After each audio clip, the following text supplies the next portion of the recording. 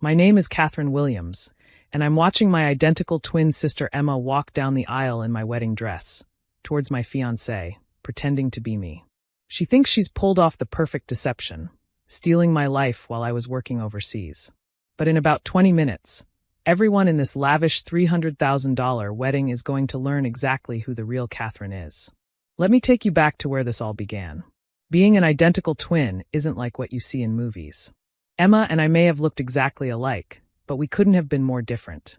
While I worked hard to build a career in international humanitarian law, Emma drifted between jobs and relationships, always looking for shortcuts to success. "Why work so hard when you're already perfect?" she would say, using our identical appearance to charm her way through life. Being beautiful is enough. But it wasn't enough for me.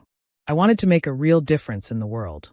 That's how I met James Harrison, a brilliant human rights attorney who shared my passion for justice.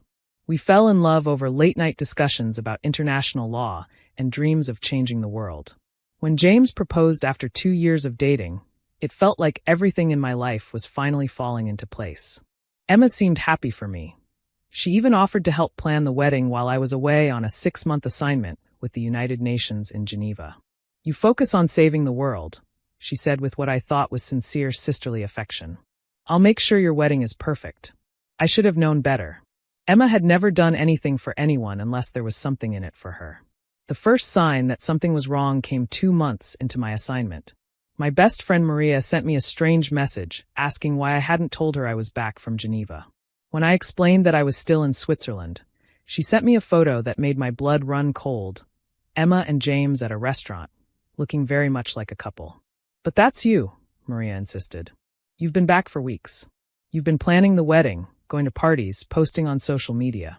That's when I discovered that Emma had completely taken over my life. She had told James that my assignment had ended early, then used our identical appearance to step right into my place. She had even managed to hack my social media accounts, posting updates that made it seem like I was back home. My first instinct was to call James immediately and expose her deception.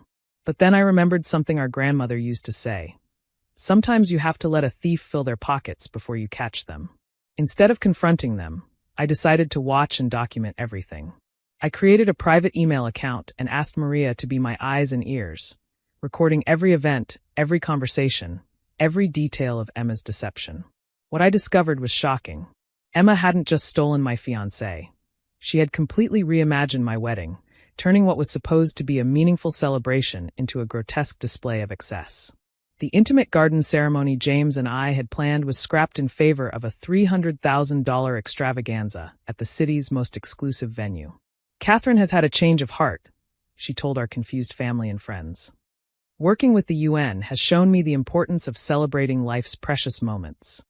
She used James's credit cards to order a $50,000 designer dress, hired celebrity photographers, and booked a famous band for the reception. The simple, ethical dinner menu we had chosen was replaced with imported delicacies and rare wines. James, who had fallen in love with my dedication to making the world better, somehow didn't question this complete personality transformation. He seemed enchanted by this new Catherine, who shared his wealthy family's taste for luxury and social status. "You seem different," he told her during one recorded conversation. "But maybe this is who you really are when you're not trying to save the world." Every detail Maria sent me felt like a knife in my heart. Emma wasn't just stealing my fiancé, she was erasing everything I was, everything James and I had meant to each other. She was turning our love story into a shallow society wedding. But I kept quiet and continued gathering evidence. Videos, photos, witness statements. Everything that proved Emma had deliberately deceived James and everyone else. I even documented the money she had secretly transferred from James's accounts to her own. The hardest part was watching her post on my social media, sharing our engagement photos and wedding plans. She played the role of the devoted humanitarian taking a break to plan her dream wedding, while I was actually helping refugees access legal services in Geneva. As the wedding day approached, I put the final pieces of my plan into place. I arranged my return flight to arrive the morning of the ceremony, giving Emma no chance to prevent my appearance. I prepared a video presentation documenting her deception. From the first day, she pretended to be me right up to the morning of the wedding. Most importantly, I had Maria help me secure a seat in the front row. close enough to see every detail of Emma's perfect day fall apart. The wedding day arrives bright and clear. The venue, an exclusive country club, has been transformed into a fairy tale setting that would have made me uncomfortable, but is perfectly Emma. Everything is over-the-top expensive, from the 1,000 white roses to the crystal chandeliers hanging from specially constructed pavilions. I slip into the ceremony just as it's about to begin, wearing a simple blue dress that makes me instantly recognizable as not the bride. Several guests do double takes, but the wedding planner is already cueing the music, and no one has time to process what they're seeing. The bridal march begins, and Emma appears in my obscenely expensive wedding dress, beaming at her perfect deception. She's so focused on her grand entrance that she doesn't notice me sitting in the front row, right next to the audiovisual equipment Maria helped me set up. James stands at the altar, looking handsome but somehow wrong. This isn't the man I fell in love with, who shared my dreams of making a difference. This is someone who has been seduced by a fantasy version of me. The minister begins. Dearly beloved, we are gathered here today. I wait until Emma reaches the altar, until she's standing next to James in front of all 300 guests. Then I press play on my laptop. The video begins to play on the massive screens set up for the ceremony. First, security footage showing Emma entering my apartment the day she began her deception. Then, clips of her practicing my mannerisms, my voice, my way of walking. I'm the real Catherine, her voice rings out in the recording. She'll be in Geneva for months. No one will ever know. The crowd gasps as the evidence unfolds.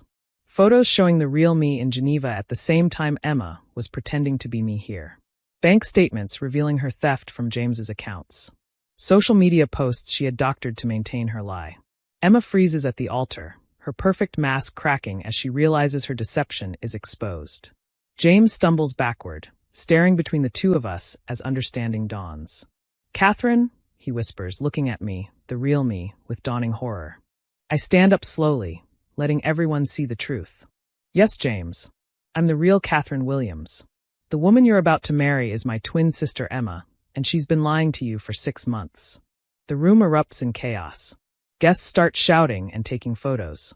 Emma's carefully constructed fantasy crumbles around her as James backs away from her in disgust. How could you, he demands. How could you pretend to be her for so long? Emma tries to salvage the situation, turning on the charm that has always gotten her out of trouble. James, darling, I can explain. I fell in love with you. Catherine was gone, and you needed someone who could give you the life you deserve. The life I deserve? James's voice is cold. I fell in love with Catherine because she cared about making the world better, not about planning perfect weddings and impressing society. You didn't just lie about who you were. You tried to erase everything that made me love her. Security arrives to escort Emma out as she breaks down, screaming about how she deserves this perfect life more than I do. The guests begin to leave, whispering and taking photos that will no doubt end up all over social media. James approaches me slowly, his face a mask of shame and regret. I should have known, he says quietly. You, the real you, would never have abandoned your work to plan some obscene society wedding. I let myself be seduced by a fantasy. Yes, you did, I reply. The man I fell in love with would have seen through her act immediately. He would have known that I would never value expensive things over making a difference. The aftermath is exactly what you'd expect. Emma faces criminal charges for fraud and identity theft. The evidence I gathered proves she stole over $200,000 from James's accounts while pretending to be me. James tries to apologize, to explain how Emma's deception fooled him. But something fundamental has broken between us. The man who couldn't tell that his fiancé had been replaced by someone with completely different values isn't the person I thought he was. I'll pay back everything she spent, he offers. We can start over, have the simple wedding we originally planned. But some things can't be fixed with money. Some betrayals run too deep to heal. Epilogue. 5 years have passed since that dramatic wedding day. Emma served 18 months in prison for fraud and is now working as a waitress, her dreams of an easy life finally replaced by the reality of having to earn her own way. James went on to marry someone more suited to his newfound taste for luxury. A society girl who genuinely enjoys the kind of lavish lifestyle Emma had pretended I wanted. They seem happy in their world of charity galas and social media posts. As for me, I continued my work in international humanitarian law, making real changes in the world instead of just planning perfect parties. Last year, I won a major case at the International Criminal Court, helping bring justice to thousands of refugees. I'm engaged again, to someone who knows exactly who I am and loves me for it.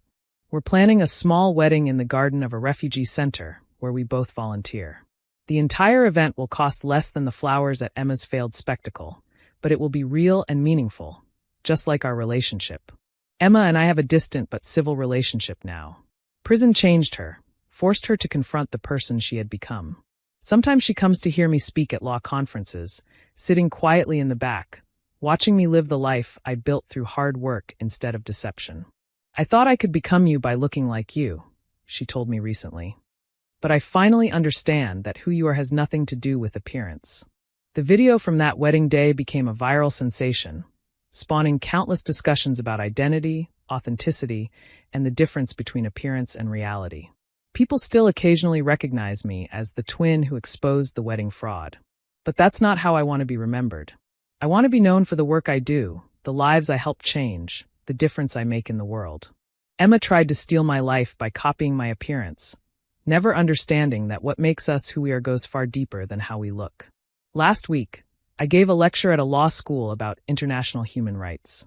A student asked me about the wedding incident, wondering if I regretted exposing my twin sister so publicly. Sometimes, I told them, the most important justice isn't in courtrooms or legal documents. Sometimes it's in forcing people to face the truth about who they really are. The wedding video still exists somewhere online, a reminder that you can't build happiness on lies, no matter how perfect they look on the surface.